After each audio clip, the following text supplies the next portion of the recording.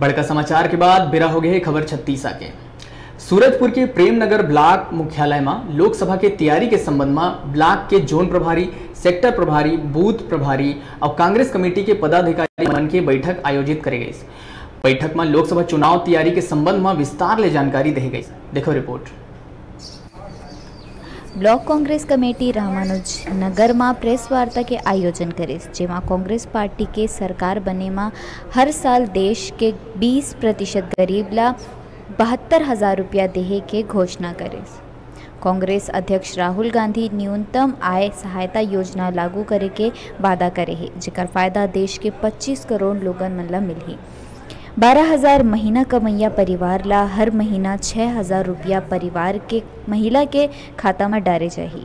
न्यूनतम आय गारंटी और गरीबी हटाओ योजना के बारे में बताई गई।